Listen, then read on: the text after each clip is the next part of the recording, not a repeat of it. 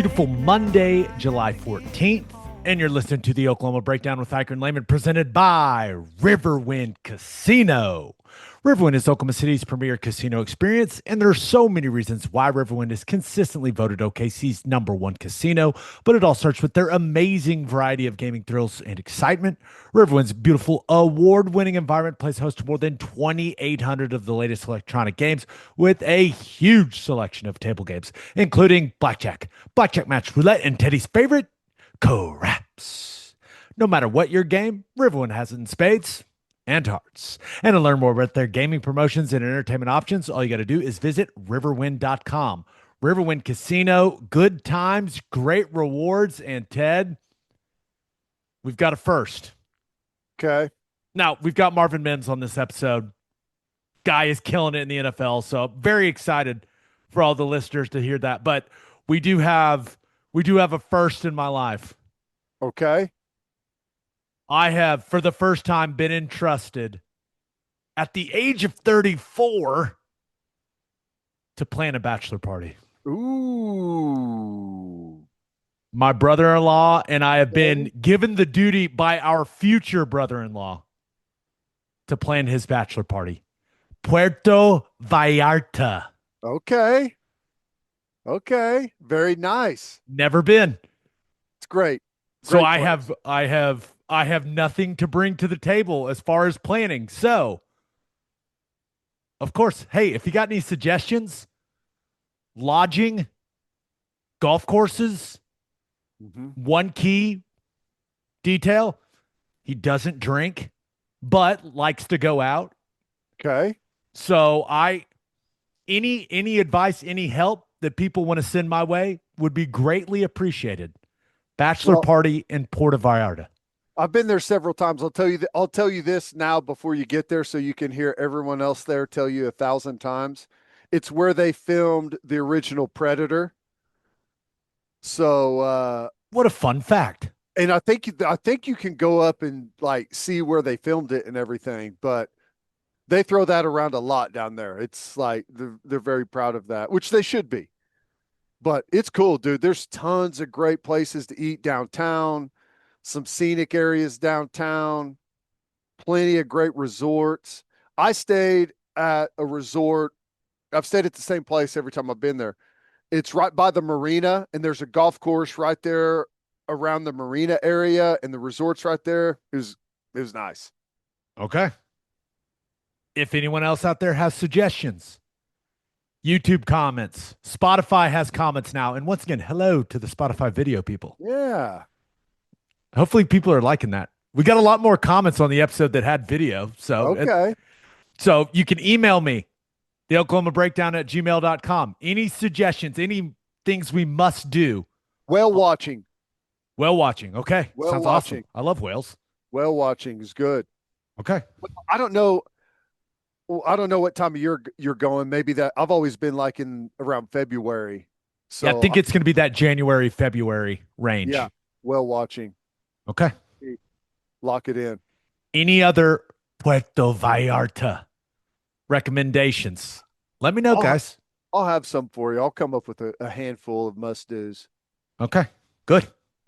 On to the OU football stuff.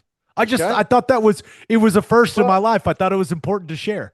You are asking the wrong guy. Like I will sit by the pool and drink beers all day long. Morning to like, I would be happy to do that for a 7-day vacation and do nothing else. Can't drink all day if you don't start in the morning, Ted. That's right. It's just a fact. All right, on to the OU football stuff. For the first time in OU history, you can tailgate at the North Oval. Public tailgating will be allowed. That's Parrington Oval for anyone that wants to know the exact name of that oval. But Ted, I think this is all about OU continuing to try to make the pregame experience for the fan base better. So I don't know how big of a deal it is to a lot of OU fans, but hey, I'm sure they're glad they have the option, and it should be cool, right? Yeah, I think so. I know that there's at the very north end of the oval, just south of Boyd, there's some people that tailgate there. So I guess get there early and fill in where you can. I think that's a good spot for it, man. The more areas that are open to tailgating within easy walk to the stadium, like that's a prime location right there. You got Campus Corner close, you got the stadium close. That's a pretty good spot.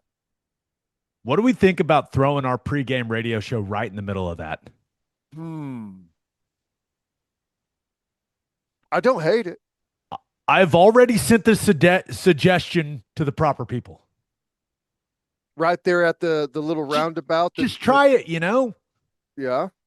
Not bad. Doing it out in front of the stadium, the party at the Palace has been fun. But if you've got like a little natural built-in audience there that everyone's tailgating, having a good time, that could be a lot of fun. Instead of, because people are walking, trying to get somewhere where we're normally set up. Yeah. Be kind of fun. Yeah, you have a little bit, maybe more of a captive audience instead of passers-by. That, or I guess it could be viewed as we're just annoying a lot of people that are trying to hang out and have a good time. It could be viewed that way. It's tied in the fourth quarter. We're trying to watch this other game. Keep it down over there.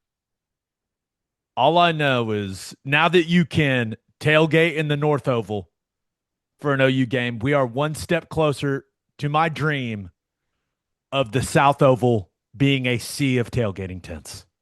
Listen, you can't just open the floodgates right at first, right? You just bits and pieces, right?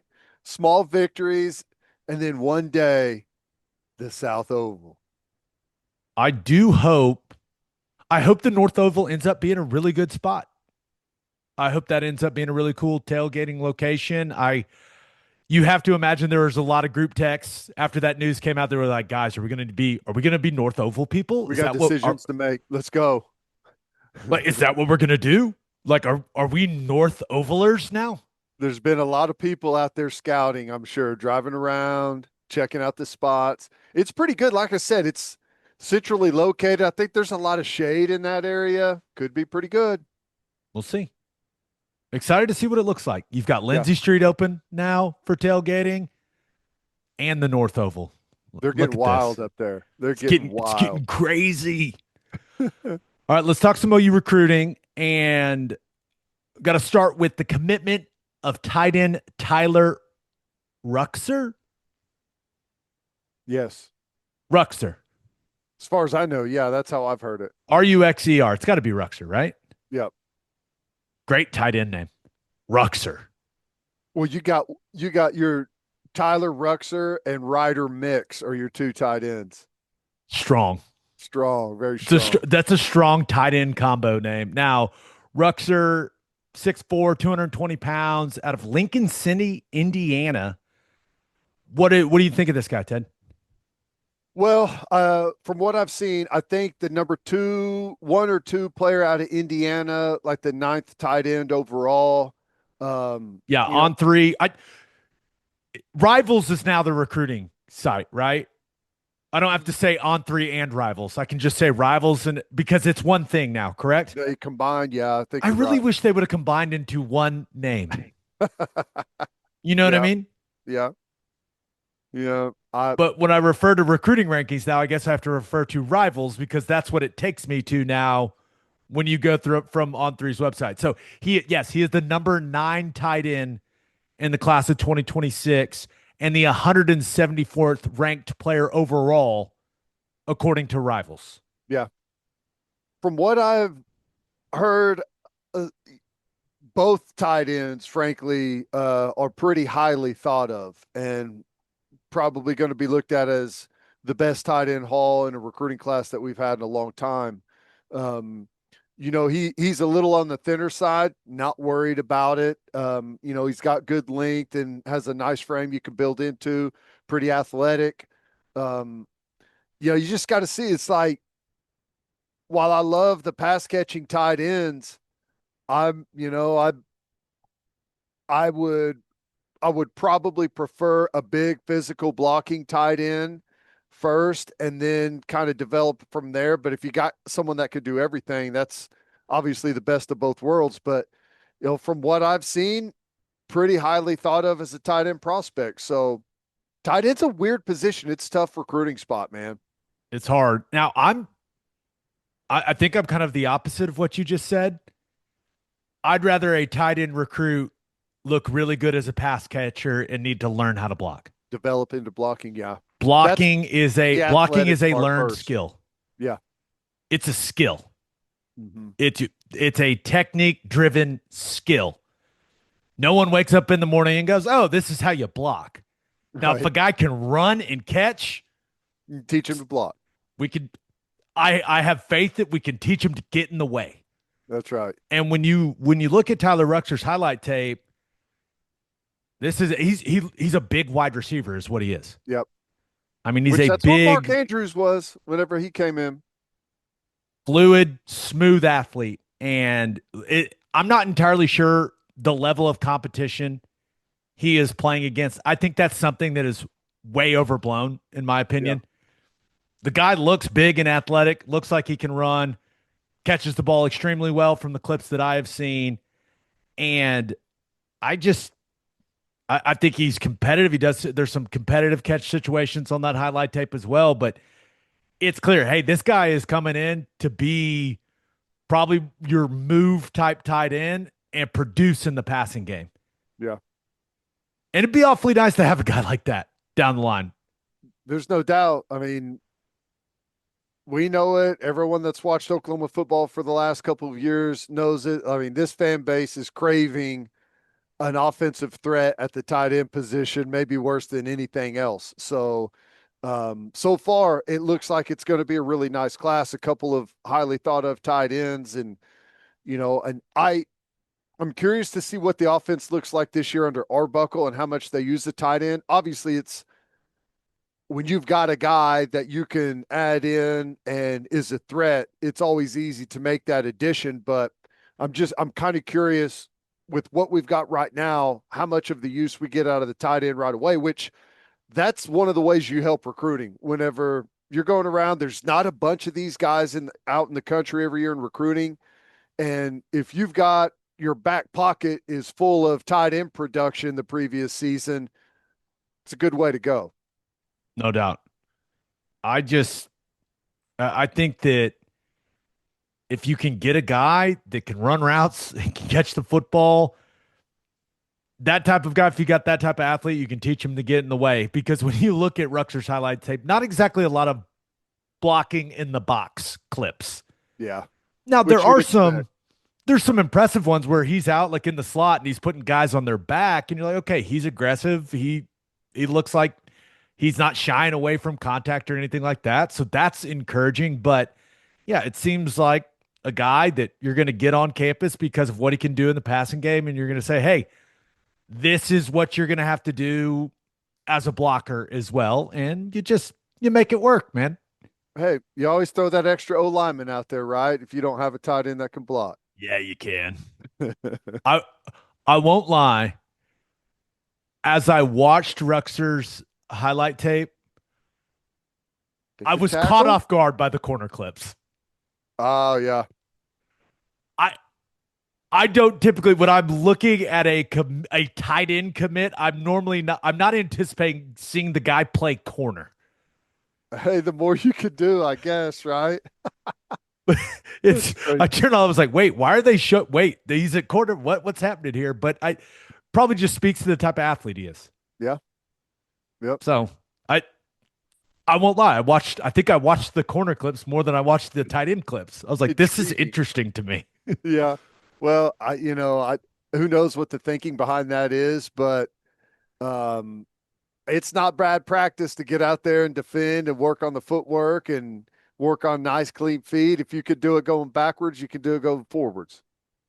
I believe OU's class is currently, according to they've got the 22nd ranked class according to Rivals on 3, whichever one, whoever's doing the recruiting rankings now. I think it's Rivals. It's Rivals, right?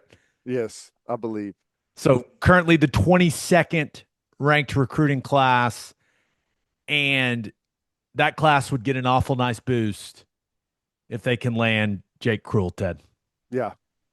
Yeah, that and Sooners in the final three for one of the premier pass rushers in the class of 2026. It's OU, Texas, and Ole Miss for Jake Cruel. yeah, he's legit. I mean, whenever you see that guy's clips, he's ready to go right now. He's got a great feel for rushing the passer. He's quick, great get off, athletic, loves the backflip after he beats a guy in drills. But yeah, that would do the class a lot of help. And I also, and we've talked about this a little bit before, I think. I believe that there's quite a few guys in our class, like once they go through and kind of reevaluate and go through the rankings again, I think a lot of our guys are going to improve quite a bit on that list. Yeah, that wouldn't surprise me at all. That's pretty typical, Yep. especially for some of those guys that are borderline three, maybe get bumped up to 4-star type players. Yep. We'll see what it ultimately means for OU's recruiting ranking, but yeah, getting Jake Cruel would be awfully nice. They also, or let's get to call your shot, because we asked you guys what's the most important thing that happened for OU football this week, and Ted, I would say there was general negativity when it comes to recruiting currently, is the best way to describe it. Here's what Bobby McKay said. He said, by far to me is losing recruiting battles to teams OU used to never lose to. BYU, Wisconsin, Illinois. Not all of these recruits are blue chip recruits. Losing 3-star recruits to teams like this is a bad omen to me. Yeah. Well, number one, he hasn't signed on the dotted line yet. Number two, you just gotta. It's back to what Nagy said previously, right? You've got a set amount of money. You've placed a value on what you can pay for the guy. If it gets above that value, you've got to have some discipline and go find other recruits that you can, get for the right price, and hopefully they go above and beyond that. I mean, that's how it's going to be. You can't just go outpay every single team that you've offered a guy on. It's not realistic for Oklahoma right now. So it's a tough one. And I know, and I think he's a guy that they felt very confident in that they were going to land. And yeah, Jacob Eberhardt ends up yeah. picking Illinois over OU, Missouri, I think Nebraska. Mm-hmm. His dad also played at Illinois. Yeah. There's that. Yeah. And so I just don't think it's the end of the world, because it's not over yet. And again, you can't get mad that every time you've got an offer on a guy and you've got to, whatever the financial situation is there, if someone beats that elsewhere, you can't just throw endless money at guys that feel like they want to go somewhere else. I mean, you got to make those hard decisions. That's what they're there for. I also saw some quotes from Jacob Eberhardt after his announcement where he very much was complimentary of Oklahoma. Yeah. And I think he said it multiple times, like, oh, there's no bridges burned there. Like, you never know in today's day and age of college football. Maybe Eberhardt in a season or two looks around and goes, I'm not really loving it here at Illinois. Well, and you never know, like right now, if, they were reluctant to pay, and I'm not suggesting that. I mean, I would assume that Illinois' offer was maybe better than Oklahoma's. Well, if you've got what you think is more value elsewhere and that falls through and you can't land that, well, maybe at the end of the closer to the end of the cycle, you've got a little bit more there to sweeten the pot for them. I don't know how it's all going to play out, but it's not the end of the world. It's just a fact that OU has missed out on several wide receiver targets recently. Yeah. Yep. Is that ideal? Of course not. But the revenue share piece of this entire thing is where, I mean, if another school is offering a guy like a significantly bigger piece of the revenue share pie, I don't think people should say, oh my gosh, how are we losing recruits to BYU? It's not that hard to figure out. And Hey, OU's not the only one, man. if you can force everyone everywhere to overpay for guys and you can go underpay for guys, that's how you win in the long run. I mean, that's how it's done. So, again, we'll see. And receiver's an interesting spot. There's going to be every year there's going to be really good receiver talent coming out that people are stacked up to throw large money at. But there's also going to be guys in the group of five. Like, to me, I think it's easier to get value at wide receiver that route than it is the high school route.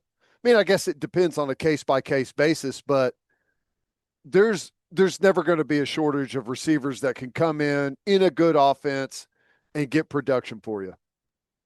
As long as they stay healthy. As long as they stay healthy. That's a separate issue.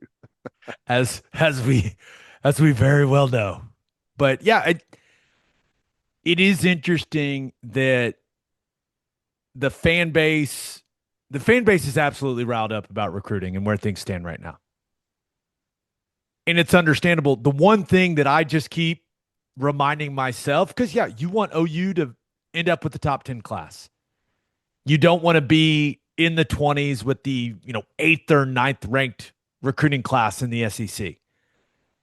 There's always that portal piece, man. I keep reminding myself is that you have to remember this front office, they are evaluating all of these players throughout college football at the G5 level, at the Power 4 level, and grading all of these guys and developing that target board, if you will, as well. So I keep reminding myself that there's a completely other like different pool of players that OU will be able to choose from, but that's after the season, or that's December. Yeah. And like my last point on it is this. There's going to be a decent amount of players out there. Some of the rumors are that Jake Krull's maybe one of these type of guys that they're kind of waiting to see what Oklahoma does. Especially if you're a wide receiver. I don't know. Did we have a receiver catch 400 yards last year? I don't know. It wasn't Bauer very Sharp much. was the leading wide receiver for Oklahoma last year. Right. And whenever you look at that, like, you can explain that away, but still, if you're a recruit, it's like, we signed in December. Let me commit elsewhere and get locked in at a decent deal. And if Oklahoma's offense is clicking along and receivers are getting a large amount of production, maybe I'll go back there. I think some of the fan base thought that bringing in Jim Nagy and building out this front office would erase, some of the things that are being used against OU on the recruiting trail. Now, there's the money piece to it, and that just is what it is with revenue share and whatever. I don't even really know what NIL is now. It seems like that whole new system is an absolute disaster. Who could have saw that coming? So I don't even know. It seems like not only the people don't even really know how the system is functioning, or maybe it's just not functioning right now. But I think a lot of OU fans maybe thought that Nagy would be able to alleviate people saying, hey, you sure Venables is going to be there? Or people saying, hey, did you see their offense a year ago? Like, Arbuckle's young. He's not proven at that level. Like, I don't think people that are recruiting against Oklahoma have stopped saying those things. No. And that's where I don't really know with the things that can be used against OU right now, like the current situation coming off last season and kind of the uncertainty moving forward, even though you have what I believe is considered the best, like the best structured front office in the sport now, That's not going to take all of that away. You know what I mean? No, all they've really got at their disposal right now are their evaluations and a certain allotment of money. I what's really going to put, you know, some some power behind Nagy is if their their evaluation process and some of the guys that they've targeted and who they've made their priorities financially in this recruiting class, those guys have to go have success, and Oklahoma has to go win football games. There is no person, no, there's no magic bullet out there. You got to go win football games. And people have to be confident that the direction of the program is headed in the right way and there's security there. Yeah. Think you nailed it, man. Let's catch up with our guy, Marvin Mims. Let's do it, man. He was great. But first, taking a road trip this summer? Remember to stop at Love's Travel Stops. You can't miss the heart of the highway, and with the Love's app, you can save big all summer long. You can save 10 cents per gallon on gas and up to 25 cents per gallon on auto diesel. Save with the Love's app this summer and be welcomed by clean places and friendly faces. Certain conditions may apply. See loves.com for details. Summer is here, and there's no better way to fire up your cookouts than with Didier Ranch's steak burgers made from 100% premium cuts of steak. These burgers are the real deal. Juicy, flavorful, and packed with that rich, beefy taste that you love. Plus, they're shipped right to your door, so you can spend more time doing what you love and less time shopping. Head over to DidierRanch.com now and use code SOONER for a special discount on your first order. Get ready to taste the best burgers you've ever had. Proudly raised 100% in Oklahoma. Didier Ranch, steak in every bite. And we are brought to you by Simple Modern, the Oklahoma-owned company and official drinkware partner of the OU Sooners. Summer is flying by, but Simple Modern is here to make back-to-school shopping easy. From backpacks and lunchboxes to water bottles, Simple Modern offers durable, stylish gear kids love, all at parent-approved prices. And Oklahoma teachers, listen up. Starting July 14th, nominate yourself for Simple Modern Stock Your School to win water bottles for your classroom, have your entire classroom wish list fulfilled, and receive $1,000 for anything your school needs. Voting opens July 21st, and the top 10 teachers with the most votes win. And with 10% of all Simple Modern profits going to charity, many right here in Oklahoma, you're helping Oklahomans everywhere. Simple Modern, it's good everywhere. It is our pleasure to be joined by a two-time NFL All-Pro. He is also a two-time Pro Bowler, and most importantly, just a legend at the University of Oklahoma. Best smile the program's ever seen, baby. Marvin Mims is back. What's going on, man? It's good to see you. Yeah, it's good to see you guys too. Thanks for having me. I mean, it's great to be able to chop it up with you too. And I always have a good time talking on the pod. So thanks for having me. Yeah, man, you guys coming off of a good year, made it into the playoffs, and just got a little bit of a taste. I'm sure you guys have had a good offseason, and everyone's probably really hungry to get back to the playoffs. Yeah, for sure. I think like the one thing that helps us is that we have a really young kind of core.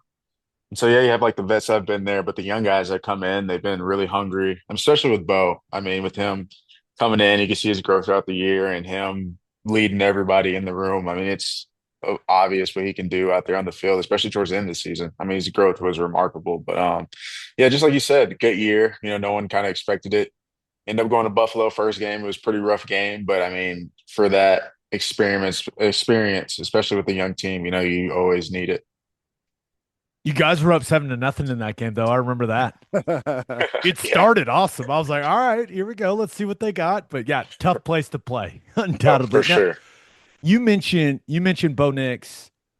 What has it been like developing a relationship with him? Obviously, quarterback wide receiver relationship is extremely important in that league. Yeah, for sure. I don't want to say he was ever hesitant at first. I think when Bo first got there, he was really confident. I mean, you can hear it in the huddle. You guys know how it is to hear a guy's confidence in a huddle, but you could definitely get his confidence from him. But he was also like kind of reserved, you know, a little bit to himself. And as the year went on, you can kind of see the leadership skills building and building and building. And as he got more comfortable in the offense, more comfortable calling the plays in the huddle, I mean, it just kind of helped everybody like escalate really well. No, we've done like a lot of hanging out, not in the facility, but we've had trips and stuff, with all the guys, and it's been really good. It's been a lot better. But yeah, basically, just trying to get the relationship going. We got a lot of newer guys this year too, so just trying to get everybody on board to what Sean Payton likes to do in the culture in Denver. Now that you're established and you know what it's like, you know what the off season's like, this season, what if anything has changed for you with the way that you prepare in the off season leading up to the year? Yeah, I think it's crazy because you go through college and it's trying to make you quit 6 a.m. workouts. I had Schmitty my last year, so it was like he's going to test you every single day. To like NFL, it's more like We'll circle back to that. yeah. Let me In jot that NFL, down it's real more quick, like boys. body stuff, trying to keep you healthy, safety. Like it's a completely different training. I mean, you guys know how it is, but You get a chance to like zero in on your weaknesses and your strengths and yeah, stuff. yeah, for sure. And after my rookie year, I came in Denver. I lived in a hotel for like 3 or 4 months with the rookies right into the season. I mean, they say the rookie year is the longest year of your life, and it was. So like right after that, got my dog, got some stuff, packed it up in the car, drove 12 hours to Dallas, stayed with my parents all off season, trained out there. But this year I felt like more at home in Denver. So I just stayed out here this year and it was great. It was great. But just you I mean, your own weaknesses and you're with the same group of people all season, as far as training staff, strength staff, and you know what you gotta work on, they know what you gotta work on. So they just kind of build up a plan for you and just try to attack that as hard as you can throughout the off season. I want to talk about your season last year. The first half, and I'm talking about your production at wide receiver. Mhm. First half, kind of quiet, and then the second half, you took off, man. What clicked for you? Like what changed for you personally? Or was it, hey, Bo Nix was getting more comfortable? Was that a piece of it? I'm sure it was, but why do you think you had the jump in production in the back half of the season that you did? Yeah, I think starting off, I mean, offensively with the Broncos, I mean, we weren't that doing that well, at the first half of the season. And some of that goes with Bo and just him being a rookie, getting some his feet under him. And as the season progressed, especially, I mean, it was tough for me. I mean, it was really tough for me not to see the ball, not to be able to like make any plays, change the game, unless it's in the return game, which that's like, you might be able to get good field position where you can get a kick and return it once or twice a game. But I think just the second half of the year, we started really doing stuff that Bo was comfortable with in Oregon, like a lot of RPOs. And then Coach Payton thought it would be a good idea to put me in the backfield, set up mismatches with linebackers, different looks for defenses. And the funny thing is, when we started doing that, first time doing it was Kansas City in Kansas City. So that was definitely the first time we played them. And since then, like our offense just took off. I mean, it was more explosive plays. I was able to be a playmaker. I mean, and the funniest thing is like coming from college where I'm with Lincoln Riley and Coach Levy, and it's like one word plays. And with Sean Payton, I mean, Bo's in there spitting a freaking sentence. I New Orleans was my last stop when Yeah, Sean was still the head coach. Sometimes you're in that huddle going, "Oh my gosh, he's still going. yeah, He's still going." for sure. And like the funny thing is, like I'm in the receiver room. They're putting, I mean, we have like 30 different personnel groups. One that tells me to go to slot, one that tells me to go outside, one that tells me to go running back. And then I'm with in the room with the running backs, in the room with the receivers, listening to different stuff, different calls, things I just got to know. And I was able to. They started off really slow with me, but I was able to like pick it up, and they'll give me more and more as the season went along. But it helped us out a bunch and a ton. And you can really see how Bo was kind of comfortable with it, especially with all the RPOs and the college like style that we started putting in. But yeah, I mean, for me, it was a complete game. I mean, my confidence blew out the roof. It just felt like good again. I felt like my old self. Do you think that that style of play calling and you kind of have to learn some more details of what's going on? Do you think that's helped you as a player, maybe learn defenses, learn more responsibilities, or is it just a hassle that you have to learn to deal with? Yeah, I feel like it's definitely helped me just learn the game better overall. Like just play concept whole as a whole, running back stuff. And I'm back there with right next to Bo. He's telling me some stuff pre-snap. And like it's helped me understand what he's thinking, what he's seeing. Hey, like if you run this rail route, I might let you beat the guy if you get over the top of him, or if I get pressure, I might need to bang it on you real quick.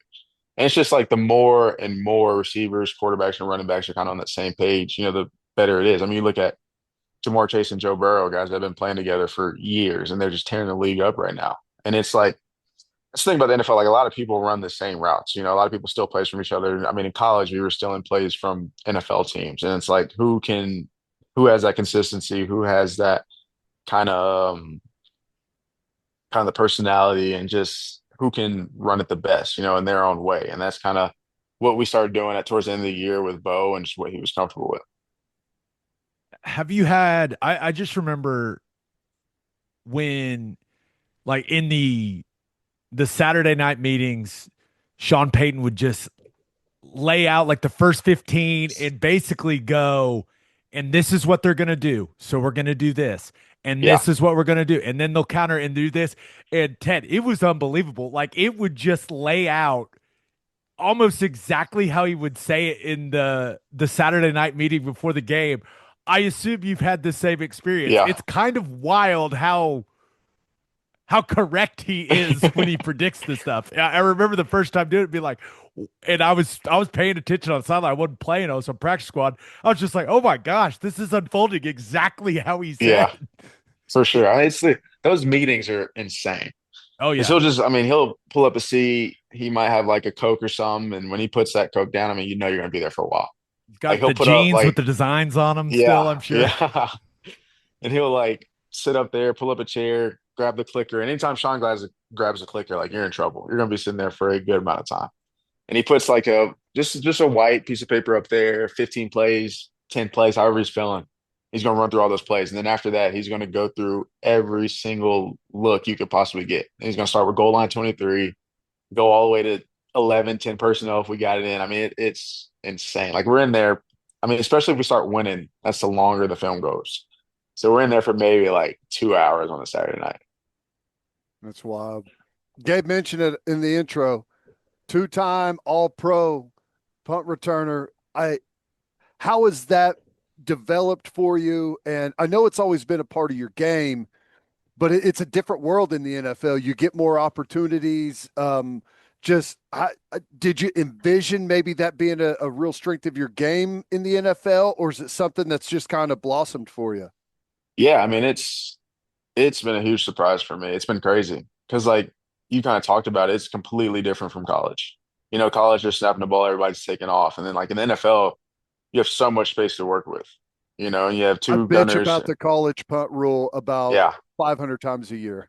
yeah, for sure. Can I mean, confirm. I honestly think they should change it. Just from me speaking, I mean, the college punt rule it's chaos, is utter chaos, and then NFL. I mean, you literally you got two guys to worry about. One of those guys might make a play, make the first one miss, and boom, like depending on the guys are blocking, they're taking off. And like a lot of it has been like the guys up front we had. I mean, you all know how it is, especially being in the locker room. When you have a guy back there that can make a play, you're going to bust your tail and try to get that block, and try and do as much as you can so the guy can make that play. And it's been like a two-way like street for the both of us, and just knowing that they're going to block their tail off. So like my confidence versus where it's like 50-50, oh, should I fair catch this, should I not? It's more at like 80-20 because I know they're going to stray until, they can't anymore to try and hold on those blocks. So, yeah, I think it's just confidence in both, the returner and the blockers. But I mean, it's been a huge surprise to me, but it's been huge for our team. I mean, just in our return unit. And, I mean, the past 2 years, I know my rookie year, we were the leading kick return team. And then last year, we were the leading punt return team. And now we got a new special teams coordinator, Darren Rizzi, who was with the Saints for a while with Sean. And, is one of the best special teams coordinators in the game. So I'm excited. I mean, that's been a huge kind of stable for us. I've gotten 2 Pro Bowls, 2 All-Pros off of it. So I absolutely love it.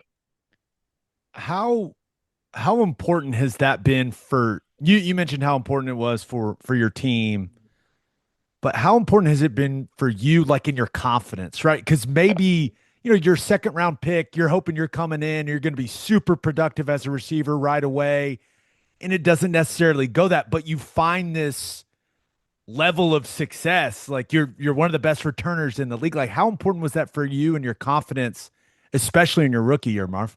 Yeah, I think especially my rookie year, it hit like the best for sure. And my rookie year, they told me I was going to start at punt returner, and I was like, cool. Like those guys are hanging punts in the NFL, so it's ridiculous. But I started off kind of hot my rookie year as a receiver. Had over 100 yards in my second game, and then my third game, I had a really big game when we went to Miami. But after that, it was kind of just a really dry season. And Is that like, the game when they scored like 70? yeah, I yeah, remember that game. that was probably like one of my best career games. That's the funny part about it. Can't That's enjoy it as insane. much when the other team Yeah, scores 70. for sure. I can't talk about it as much, but no, I mean, at the time I had like Cortland Sutton, Jerry Judy, and it's like, these two dudes are like, there's some guys. So I was like, I'm gonna take as much as I can, learn from them. And then I think that was the biggest part about just not getting the ball as much on offense, not really being in as much, being the younger guy with two established kind of vets in the room, but being able to like go back there and just kind of play loose, play free. As long as I'm making a smart decision, knowing the ball is going to come to me and I can make a play, it was huge for my confidence. I mean, just to put up the numbers that we were putting up as a unit, and yeah, I mean, just confidence wise, it kept me kind of up. And even though like I wasn't getting as much as I could on offense, like looking forward to special teams was kind of like my thing. Like we took huge pride in it, and it was kind of something we looked forward to.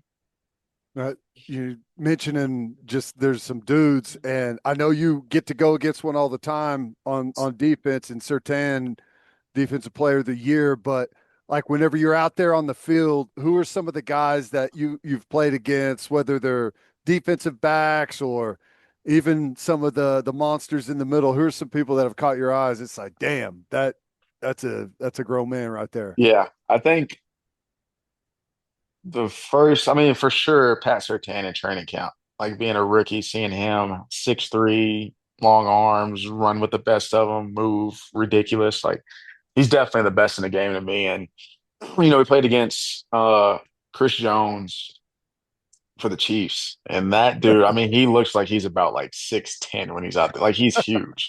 Like he's noticeably bigger than everyone else out there. And we played against Tyreek Hill and Miles Garrett. And when I was in the Pro Bowl, I sat on the bus like right behind Derrick Henry, and just seeing how like big the dude was, like it was ridiculous. And It's it's like, funny because what it's am I like, doing here with these yeah, guys? for sure. And it's like these guys that I like grew up watching for the most part, and now like my rookie year, I'm in the Pro Bowl, I'm in the bus like right next to him. And then like Derwin James, who's probably one of the best safeties in the league for a while now, and he's just head hunting, looking for. I mean, he's everywhere, and it's just like certain guys like that. And then I have Cortland Sutton in my room with me, and he's like a 6'4", can run fast, do everything. Like he's a freak athlete, and just like being able to see them and see how they handle themselves, and even like at the Pro Bowl, seeing how these guys handle themselves, the vets, and going to like Disneyland, Universal and stuff with them. Like it's just cool to like get to know these guys on a deeper level, and then also like be able to play against them. And then after the game, like everyone. I mean, y'all know how it is. Everyone's kind of boys like after the game, but during the game, it's just really cool to be able to see these guys I've watched on TV since I was in high school. What what has your experiences with the Pro Bowl been like? I know a lot of people are like, oh, just get rid of it. It's turned into something very different than what it used to be. But what has like have you enjoyed it? Is it fun? I have to imagine it's a lot of fun to go. Yeah, I think it's sweet. They have us in this really nice hotel, get to hang out with all the guys, and the best part for me is like going to Disney and Universal by far. I mean, that's like I'm a huge like amusement park dude. If I'm going on vacation, like I can't go on the beach or anything. I have to go to like amusement park, something like that. And so, I mean, you'll have wake up, you have like one team meeting, Peyton Manning, and that's another cool thing being able to see him all the time because he's around. I mean, in Denver all the time too. And just wake up, have practice. You're done by like 12, and you just go to the parks for the rest of the day. So I think it's a lot of fun. The game isn't as big as it used to be, but it's still pretty cool. It's cool to be out there with the guys, and it's more of a fan thing. I mean, you see on the game, it's like mini games and flag football, and I mean, it's tough to really like get into the groove of the game, but you're kind of just out there, and the fans enjoy it. So but it's cool. I like it. Yeah. How about y'all's defense, man? It's like all of a sudden it came out of nowhere, and Benito's having a crazy year getting to the Yep. quarterback. You got great edge guys. You mentioned Sertan, like they've come out and all of a sudden, like they're one of the top 10 units in the league. Hmm. Yeah, the defense was huge for us last year. And I think those guys just gel so well together. They're always hanging out and I hang out with them a lot too. And but those guys are just always around each other, always on the same page, and they're flying around, head hunting all the time. Like really, it's been really cool to like watch and be a part of. And also like I love it because I'm a returner. So it's like the more sacks they get, the more pushbacks they get, I get more room to, kind of do what I do. And no, but I mean last year they were ridiculous. We got Dre Greenlaw this year and Hufanga both from the 49ers. So I mean they're huge pickups for us, and that defense should be even better this year. But I'm excited. I mean that defense is ridiculous, and practicing against them, I mean it's tough too. Does it feel different now that you guys had, you made the playoffs? Does this leading into training camp, because right around the corner, right? Yeah. Does it feel any different for you? Does it feel different for the team? Like, do you feel more of an expectation now that you guys know you're capable of being a playoff team? Yeah, I think for sure it builds more of an expectation on us just as a team. I mean, going from arguably the worst roster in the NFL last year, preseason rankings had us like 32nd, and just, making the playoffs and going and just being there, it's not something, I mean, that was the first time the Broncos made the playoffs since Peyton Manning won the Super Bowl. So it was huge for us, but also just knowing the guys we have in, knowing Bo's on his rookie contract. I mean, it is like a win now mentality. And I feel like that's how every team should feel. If you're competitors, everyone wants to win now, everybody wants to compete. But, as an organization, I think we just really expected of ourselves, especially after the way last year went. Well, you can definitely feel a change in the locker room whenever all of a sudden people say, "Hey, we may have something here." You can feel guys change a little bit. Have you had like you guys got an awesome stadium. It's a Mhm. great venue, great crowd. But have there been any like road environments or stadiums that were just extra cool for you? Yeah, for sure. I think the one of the cooler ones is definitely Kansas City. And I've played there every year. And it's just like for me, my last college game was the Cheez It Bowl. We played Florida State. So they do the same kind of chant Florida State does and everything. And that place gets rowdy. And who else? I mean, for an away game, New Orleans is pretty cool. My family's originally from Baton Rouge, Louisiana. I was the only person born in Texas, so I had a bunch of family at that game on a Thursday night. And the coolest thing ever was I'm not sure what they're doing, but Drew Brees ran out the tunnel and they said like Drew Brees at the end, and like the stadium went crazy. So I thought that was sick, especially growing up, like being a Saints fan when I was younger and all that. But definitely Kansas City. Seattle gets pretty loud too, with the 12th man. I thought honestly it would be louder than it was, but I thought that was pretty loud. Detroit, we played them my rookie year. I mean, Detroit's been rolling recently, like ridiculously, and their fans get really rowdy. I think that might be pretty much it. I know Green Bay, we played them my rookie year, and they travel really well. We play them at home, they travel well. I'm looking at the schedule. You're going to get to play Kansas City on Christmas Day. Yeah, That's going to be crazy. yeah, It's it's gonna be probably going insane. to be cold as hell. And there's probably going to be a lot on the line for that one. Yeah, That's going to be crazy. for sure. I know we play Philly this year too. I've Yeah. heard nothing but terrible things about their fan base, so Buckle we'll up, see how buddy. that goes. Yeah, Playing be- Vegas. Vegas is going to be cool. Have you been in yeah. that stadium? Vegas is really rowdy. And it's Yeah. surprising because it's like a new relocation for the team and everything, but it's a nice stadium, but those fans get pretty loud too. You been keeping up with the Sooners? I have. I tune in every Saturday. I feel so old now. I mean, I go back You and are it's old. like, You should yeah. feel old.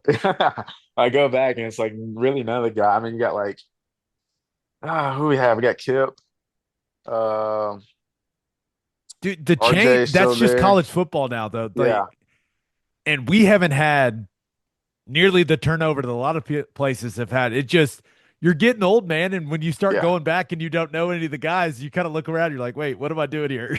yeah. Literally, that's how it is right now. I just feel so out of place when I go It's to like a crazy practice too. or Like something. It's during the season, it's like, for the longest time, I didn't watch an OU game unless I was like by myself in a hotel room on the road. And it's yeah, not the same. yeah.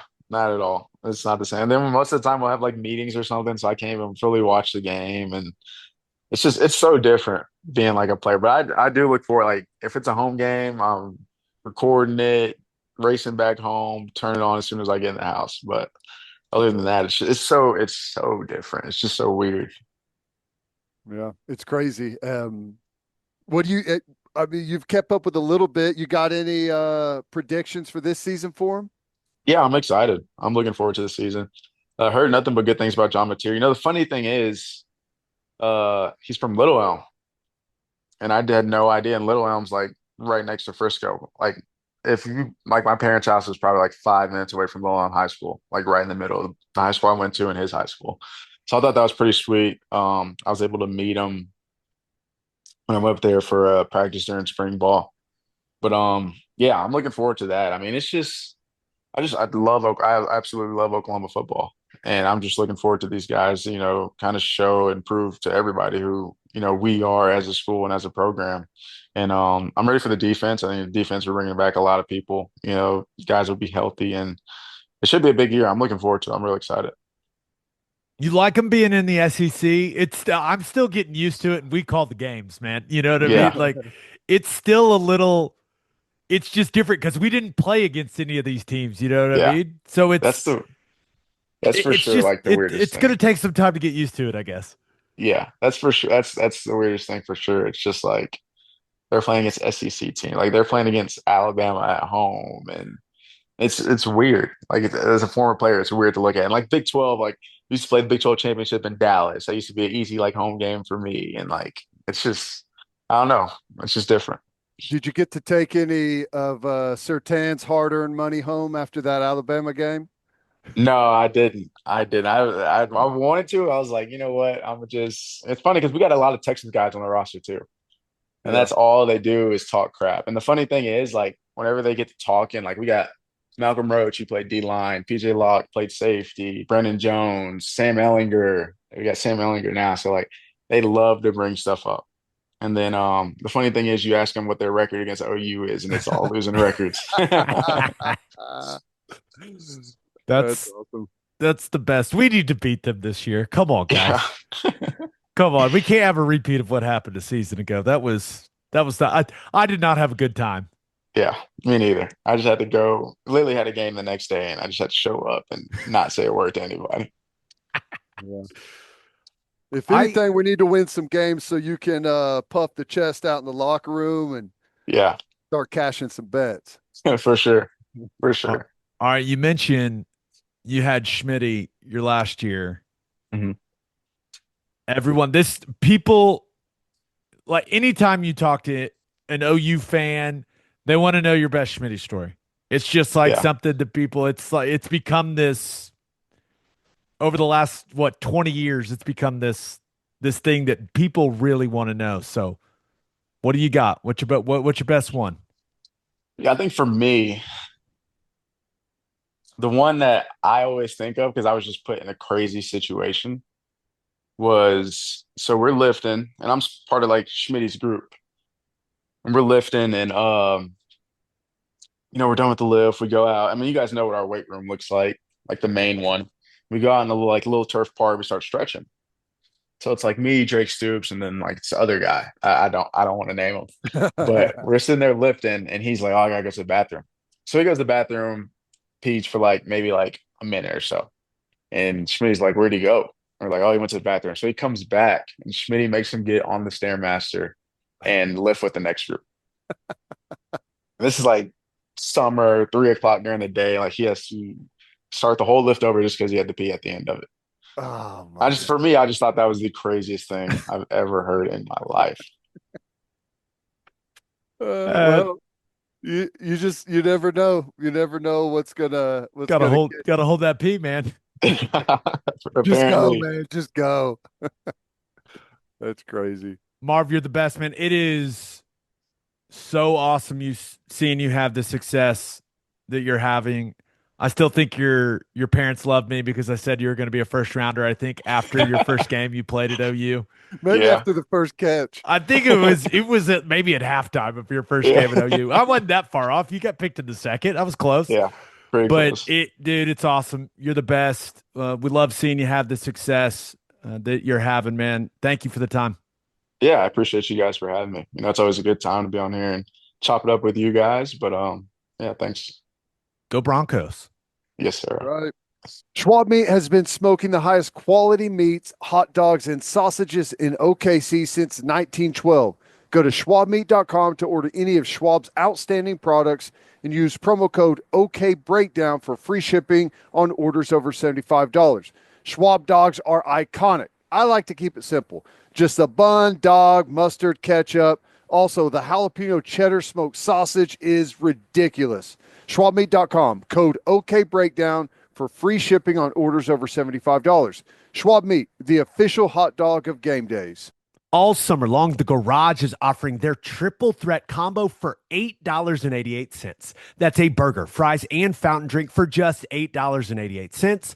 The triple threat is available all day, every day in store at all of their locations. You can also enjoy Rad Hour at the Garage with discounted domestic beers, house wines, draft cocktails, and frozen cocktails every day from 11 a.m. till 6 p.m. Visit eatatthegarage.com to find a location near you and order online from the garage in your neighborhood. Insurica's launched a new digital agency introducing Insurica Direct. Whether you're in Oklahoma or anywhere across the U.S., they've got you covered. From small business insurance and health insurance for your employees to insurance for individuals like home, auto, and even Medicare supplements. Insurica Direct's got it all. Start your journey today at insuricadirect.com. Remember, at Insurica, we specialize in you. Let's finish up with our winners and losers of the weekend. As always, Ted, kick us off. Who do you have as your winner of the weekend? I was thrilled with this, and then at the same time, a little disappointed. But Eli Willits, number one pick in the Major League Baseball draft as a 17-year-old, third youngest ever, I believe. Goes number one to the Nationals out of Fort Cobb, was committed to OU. I think everyone knew that he was going to be a top 10 pick, and most people had him like around the 4 or 5 range in this draft, and the Nationals surprised a lot of people by going up and taking him number one. Plays shortstop, great arm, great defense, can run, has a really good bat, hitting the 3 to 5 slot in the lineup. They feel really good about him in the evaluation. And then Ethan Holiday goes number 4. So you got 2 Oklahoma guys in the top 5, which feels like it's fairly consistent, right? We see this pretty routinely, which, can be frustrating to see all of the great talent in the state heading straight out to the bigs. But I get it. You go that high in the draft, there's no decision to be made. Yeah, I don't think when you get picked first, I don't think Skip's just like, hey man, congratulations, you're gonna crush it. Like there's no conversation to be had. What are you gonna do? Yep. What are you gonna do? Even if his dad desperately wanted to coach him in college, he's just gotta say, great job, son. Yeah. Go get it. I really wish you were coming, but congratulations and good luck. Did you see Kyson went 15th Pretty to good. the Red Sox? Pretty good. Yep. Yeah. I was really hoping we get one more season of him, but that became it became very clear pretty early in the season that we needed to enjoy that one season. And I've seen that is it one of the high schools up in Edmond, there's a pitcher that is probably going to be a top 10 pick out of high school coming up maybe next year as well. So, man, the talent has been pouring out of Oklahoma, but it's going straight to the draft. We need some of those guys to take a little detour and hang out in the SEC for a couple of years. That would be nice. Also, Malachi Witherspoon just went 62nd to the Detroit Tigers. Yeah.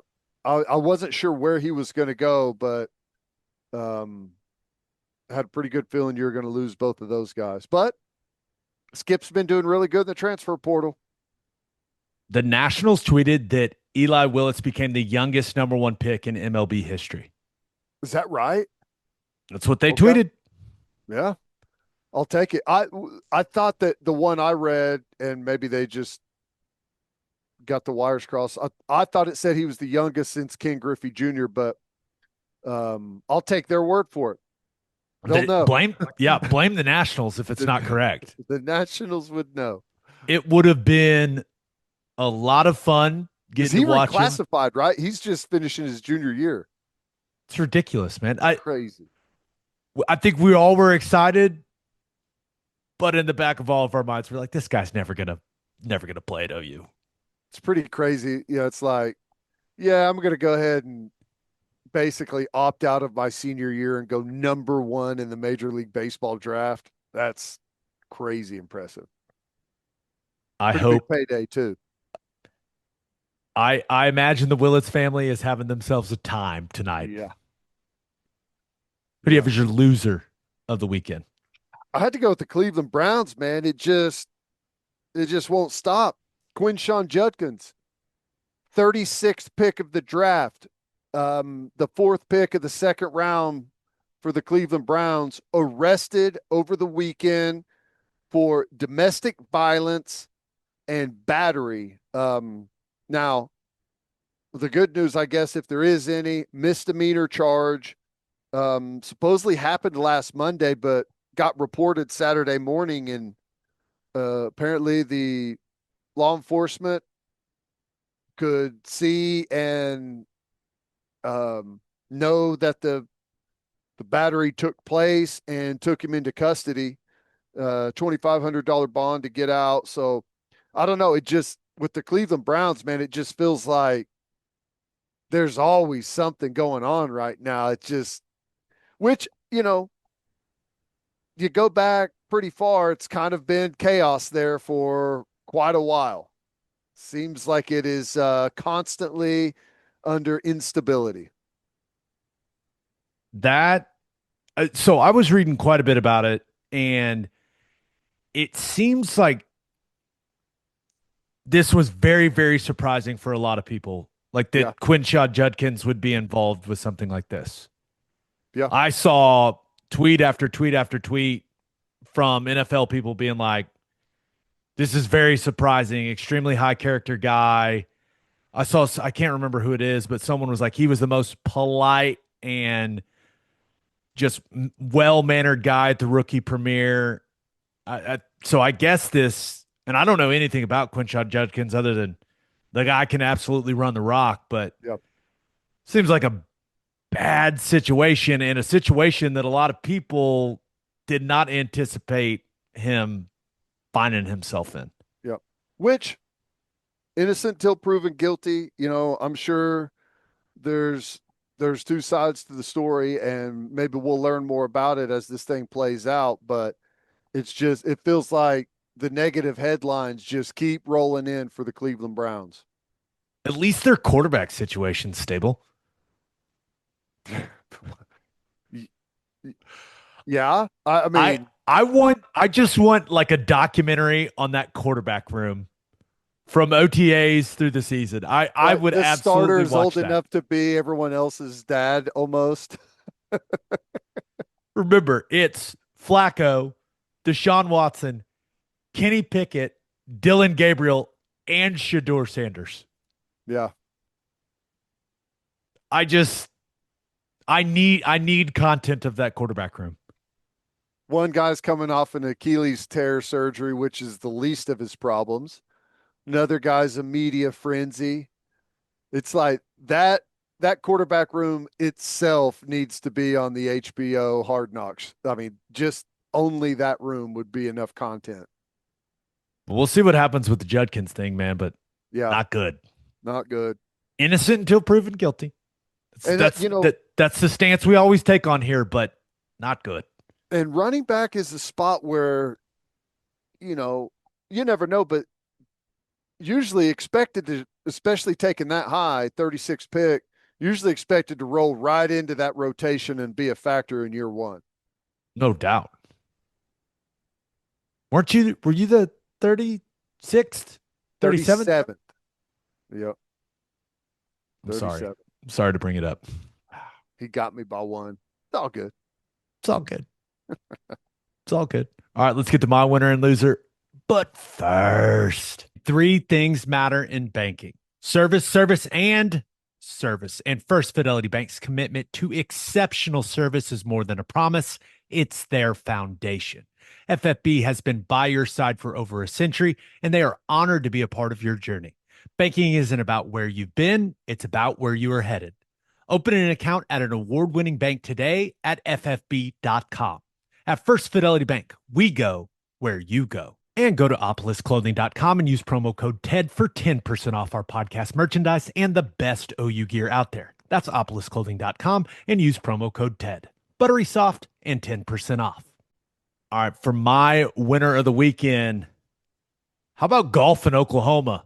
Hey, Oklahoma golf. It was a big time Sunday for golfers with Oklahoma ties, Ted. How fun was that, man? pulled the double. That's pretty impressive. Let the money rain down. Let the money rain down on our guy, Talor Gooch. Midwest City's finest. Goes out there and gets it done.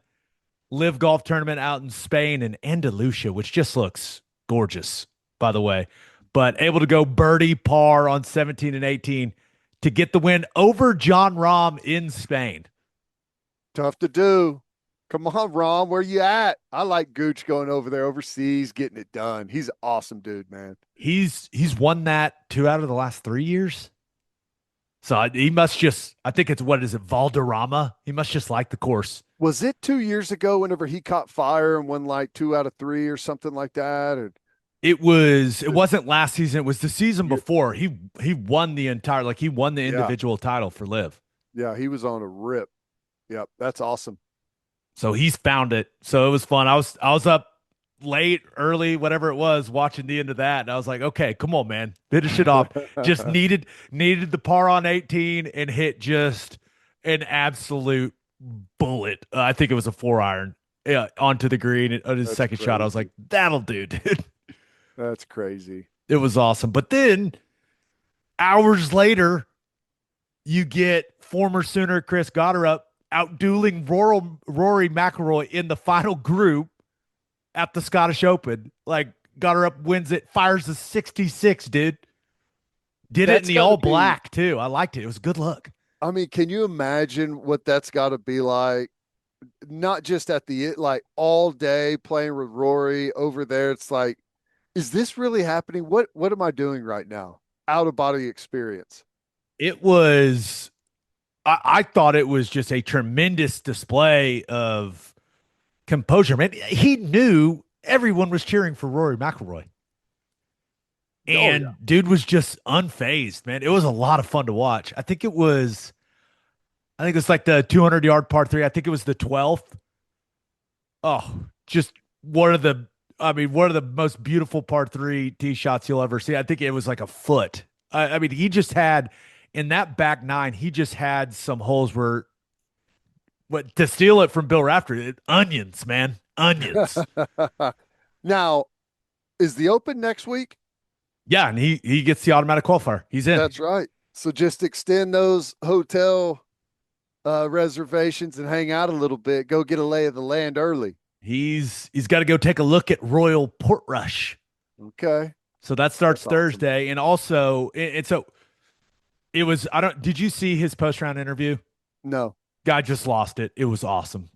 Could barely keep it together. It was tremendous. It was super cool to see. You just makes you realize just how much work these guys put in to get, and for him to have that moment it was really cool. You should go watch it. So hard playing against that field to do it for 4 days. You can't just get hot one day, go out there and win the thing. No. I mean, and that was a loaded field at the Scottish Open too. Yep. Maybe the lasting image of the tournament is Scotty Scheffler just looking. Have you seen that picture of him? He had a birdie putt. I think it was on the 13th or something like that. And he is just absolutely perplexed that his golf ball did what it did. And he's just looking at it like, why? Why did you do that? It's so good, dude. It's golf. It's exactly what it is. It's golf. But so Gotterup gets to play in the Open. I believe it also gets him in next year's Masters. Yeah, that's awesome. So pretty nice weekend for for Oklahoma golf. And Abe Answer finished third in the LIV tournament. Nice. So he was on the podium too. Just a big Oklahoma golfers weekend. Yeah, that's awesome. It is so hard to win on that tour, and you think everyone playing out there is multimillionaires, but a lot of those guys are just fighting and scrapping, trying to figure out a way to make it to the next week. So I love that for Gotterup. Get that bank account flush a little bit, give you some breathing room, go play some relaxed golf, go 2 for 2. He had a great post-round tweet as well. It's like that high school coach is like, better give me my money. So good. Awesome. But one last thing on this. Rutgers was very much claiming him as well on Sunday. Okay. A lot of Rutgers golf tweet now, and he was at Rutgers longer than he was at OU. I fully acknowledge that. But there's just no doubt he took his game to another level once he got to OU. Oh, yeah. But it didn't feel – remember the Bama OU, like Jalen Hurts thing? Felt like a big deal. Uh-huh. Didn't feel like a big deal to me. I was like, you know what, Rutgers, you claim him too. Yeah, let's all do this. It's golf. It felt different. I was like, yeah, let's all celebrate this together. Meanwhile, football, you're like, no, beat it, nerds. There wasn't a civil war in the comment section. Didn't feel like that to me. It was almost like, yeah, let's all celebrate this guy. Golf, baby, let's go. I don't know. It was an interesting dynamic. It's Rutgers, and everyone's probably, I'll let him have it. No big deal. But he's from New Jersey. I mean, one of your in-conference rivals, that would have turned into a bloodbath, I'm sure. Yeah. But, hey, congrats, Gooch. Congrats, Gotterup. And, hey, Abe Answer. Solo third. Not bad. Not bad. Loser of the weekend. I'm going with Wimbledon, man. I feel like Wimbledon is always remembered for what happens in the finals, right? Mm-hmm. You're always hoping you're going to get an awesome women's final to watch and then an awesome men's final the next day. And that's not what we got. Let's start on the women's side. Whoa. And I was rooting like heck for Amanda Anisimova. American, made it to the Wimbledon final. Great story. She beat Sabalenka to get there, number one player in the world. You're like, okay, maybe she's got a chance against Swiatek, and double bagel. Oof. 6-0. 6-0. Ouch. Hey, learning experience. I saw some of her run to get there. She's got some serious athleticism. Oh, super fun to watch. I think Anisimova was just so nervous, and it just derailed her early, and she could just never get it back. Yeah. Yeah. It's a different stage now. I mean, to get there to a Wimbledon final and go out there and play, and, and who knows, you can feel like winning a huge match to get there, like you kind of foot comes off the gas a little bit. I've made it this far. It's a win no matter what happens, and you don't have that edge to you. Who knows? But hopefully she'll be back. I hope so. And a really interesting story. It's been like a rough last couple of years for her. Lost her dad, who was her coach. She ended up, I think she just took a break from the sport. Mm-hmm. So I'm cheering for her, and I'm hoping this. I mean, she's got to take the experience away as an overall positive. I mean, you just made it to the Wimbledon final. Yeah, absolutely. But she did get housed by Iga Swiatek in that final, and it was not close. And it made me sad. At one point I was like, all right, I think I'm gonna turn this off. I think we're good here. Stop the fight. Well, it's only the second time in Wimbledon women's final history that this has happened. The last time it happened was in 1911. Which is really crazy to think about. 6-0, 6-0. Yeah, the double blank. That's painful. I saw many tennis people refer to it as the double bagel. Double bagel. Okay. Which, that's not as hurtful as they could be. They could come up with a term that's way meaner than that. Yeah, That's tennis slang for you, not as cutthroat. Yeah. If one girl was playing in, I believe, Iga Swiatek, I think it was her sixth, Grand Slam final. I think she's Experience now matters, 6-0 in them. Yeah, experience matters on that stage.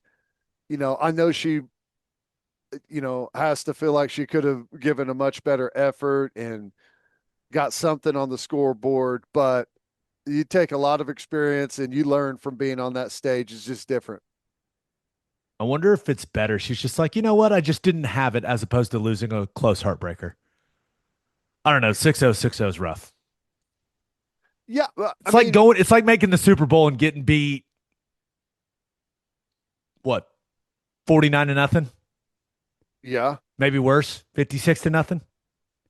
Yeah. It's the biggest thing in the sport. In the sport. Yep. The Wimbledon finals, the biggest thing in tennis. 6-0, 6-0. I don't know what the football equivalent to that is. I think TCU, the college, when they made the the championship. but they scored. That's true. That's true. I don't know. Swiatek is the 8th consecutive first-time champion at Wimbledon in the women's side. That's crazy. Seems hard to believe.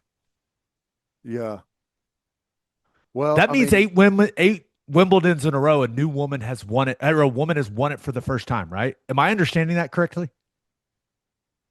Oh, yeah. I was thinking opposite. Sorry. 8th consecutive first-time champion. That's crazy. Right? Because, you think about the men's side, I feel like the winners, it's been like the same 3 guys for 20 years winning Wimbledon. Except for perfect transition, Ted. The men's side, we were all hoping that we were going to get a replay of what happened in the French Open final, right? Where Sinner and Alcaraz just went at it for, 5 hours? I wanted it to be a little shorter than that, but I wanted to see something like that, like a classic match. Mm-hmm. Not what we got. Jannik Sinner loses the first set, and then, let's be real, just was much better than Carlos Alcaraz. I think that was the first time he's beat him, too. Wow. So That's a hell of a nice first win. I think we're going to be watching these two guys play in a lot of Grand Slam finals. And I don't know if a lot of our listeners watch Grand Slam tennis. I highly recommend it, especially the semifinals and the final. You could feel the tension. It's a really fun watch. But yeah, Sinner he was on a different level, man. Alcaraz, that's about as rattled as you're going to see that dude.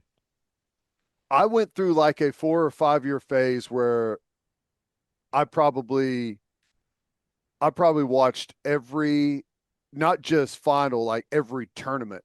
I would stay up overnight watching them.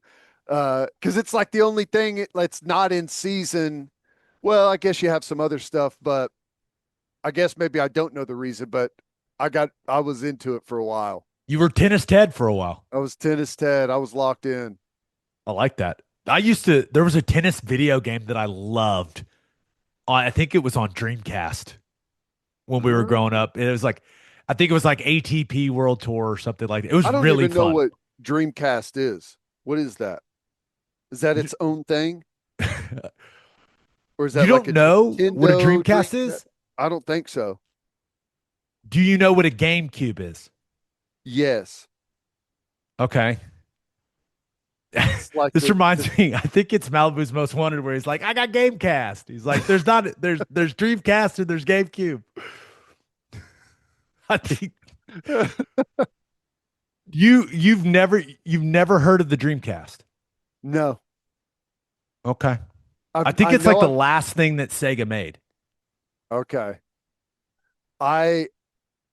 I know I've never played it, and I don't think I've ever heard of it, but maybe I have. It's just been so long. Came out, and I want to say late 90s. Let me look it up. Yeah, came out in North America September 9th, 1999. Gamecast. Dreamcast. Dreamcast. Sega Dreamcast. Sega Dreamcast. Okay. Huh. All right. I'll take your word for it on ATP tennis. It was great. I loved it. Played it a lot. Me and my brother, we played doubles. It's fun. Nice. But, dude, Alcaraz is 22 and Sinner is 23. Yeah. We're going to be watching these dudes for a long time. Like, if you're into big-time 15 tennis, like, just get used to it. It is a young person's game, but we've been spoiled to see, like, some of the best ever have these super long, like, unreal careers. It's typically a young person's sport, so hopefully they've got some staying power. Some people not thrilled with Sinner's success, thinking he should be suspended for. He's popped a couple tests. He's popped a couple tests, Ted. How do we feel about it? Well, I guess he was cleared on this test. I don't know. I don't know a whole lot about it. I read up a little bit on it whenever I saw, some of the controversy that I guess he failed 2 tests and got away with a slap on the wrist instead of what could have been a 2-year ban, which that would be a bad deal. I'm not sure if this is an unpopular opinion or not, but I don't think I care if a tennis player takes performance enhancing drugs. Maybe I'm alone. Like you're not gonna roll out like a super jacked tennis player. It's just not. That's right. Now I guess if you're taking something like, like the cyclists take that allows you to never get tired or something like that. I guess I don't know, but yeah, like if you've had a couple of like really long games in a row let me see what Jannik Sinner got busted for. I saw it and neither one of the things looked familiar to me, like a name that I've heard before. Well, this isn't good. This article is titled "Everything to Know About Sinner and Swiatek Doping Cases." Both of those people just won Wimbledon. This is from we're good February. We're good, right? I mean, guess we're good. They cancel each other out. What substance? He prohibited substance clostebol, a synthetic anabolic androgenic steroid. Huh. He claimed it was like from something that they sprayed on him for an injury or something. I don't know. A result of a massage from his physiotherapist who had been applying over-the-counter spray trophrodermin that contained clostebol to his skin to treat a small wound. Okay, Jannik. Okay. Really? I don't think I think I'm out on Sinner. I know I just said I don't think I'd care if. Hey, they bought it. Apparently they bought it, I'm an Alcaraz guy officially. As of today, Team Alcaraz. Hang on. You haven't read Alcaraz. Have you read Alcaraz's yet though? Oh no, did something happen to him? Oh, okay. I'm sorry. I was thinking no. The Swiatek was both people that just won Wimbledon got busted for juicing not too long ago. So okay. Tennis, man. Tennis, man. Bad boy sport. Competitive. Last thing on Wimbledon. Did you watch any of this? No, I didn't. Okay. You didn't miss much, but there was at one point someone popped champagne while Sinner was serving, and the cork ended up at his feet. It was you could not have something more on brand happen at a sporting event than that. Like someone popping champagne and the cork landing at the feet in the Wimbledon of a guy serving in the Wimbledon final. I mean, you just can't make it up, dude. Unbelievable. How did he respond to it? He kind of just giggled. He handled it well. You think it came from all the way up at the suites? I don't know. You can, because we went last summer and you could just buy. Now I'm trying to remember if we were drinking wine. We weren't drinking champagne. So I don't remember, but clearly you can pop champagne somewhere in that thing. And someone said, oh, now's right while he's tossing the ball up in the air to serve this. Let me pop this real quick. This is perfect timing. Go ahead and fire a mortar down onto the playing surface. Unbelievable, dude. We're going to get a lot of Alcaraz and Sinner moving forward. So just if he doesn't fail more drug tests, I guess. I don't know. Team Alcaraz. He's got, he's definitely going to get the extra scrutiny after winning Wimbledon. No doubt. It's like the Myles Garrett treatment after he has a double sack day. Gonna get that. He's got that post round test. I wonder if they test right after. I don't know. At these big time things. I don't know anything except for football stuff when it comes to that. I don't know. Yeah. Like, do you win and then immediately go pee in a cup or something? I don't know. How are they doing it at the All England Club? Got no clue. Don't know. Birthday shout outs. Happy first birthday to Baker Manis. Yeah. Maness. Manis. I think it's Manis. Happy birthday, Baker. You're Happy one. fifth- You can't understand me. Right. Happy. Yeah. Get used to that conversation. It's going to happen a lot. Happy 5th birthday to Austin Eden. Happy 14th birthday to Garrett Patterson. Happy 27th birthday to Drew Markwell. Happy 38th birthday to Tyler Preacher Tabor. Happy 39th birthday to Michelle Crawford. And happy birthday to Mandy Joe Wade. Bam. On that note, episode 545 in the books. We'll have a new podcast that'll drop on Wednesday. Just a reminder, please visit our website, okbreakdown.com, and please subscribe to the podcast wherever you listen to podcasts, and please subscribe to our YouTube channel. Hope you all have a great start to your week. And until next time, we appreciate you all for listening. Do what you always do, Oklahoma. Take care of each other.